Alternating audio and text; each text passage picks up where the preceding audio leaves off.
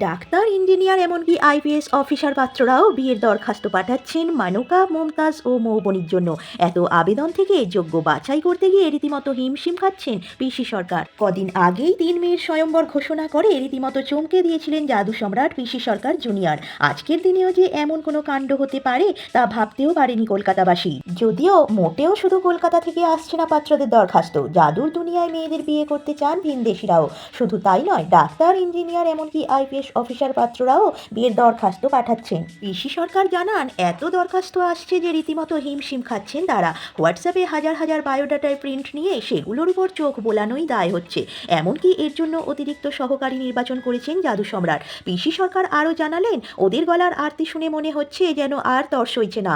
আরও জানা গেল যে আইএএস, আইপিএস, ডাক্তার, ইঞ্জিনিয়ার, অধ্যাপক কার আবেদন আসেনি, এমনকি তার মেয়েদের থেকে বয়সে ছোট এমন ছেলেরাও যোগাযোগ করছে।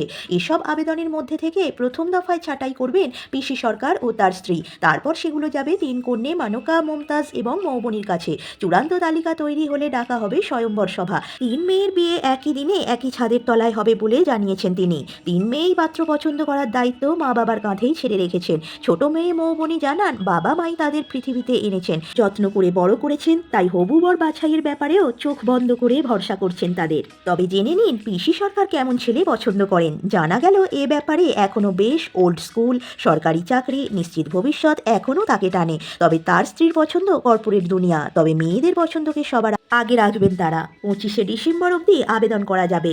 তাহলে কারা মালা দিচ্ছেন এই 3 জাদুকন্যে মেনকা, মমতাজ ও মৌবনিকে? আপাতত গোটা বাংলার নজরও কিন্তু এই আশ্চর্য বিয়ের দিকেই।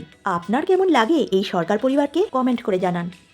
এই রকমের ভিডিও সবার আগে পেতে হকটক চ্যানেলটিকে অবশ্যই সাবস্ক্রাইব করে রাখুন এবং একই সঙ্গে লাইক, কমেন্ট, শেয়ার করতে ভুলবেন না।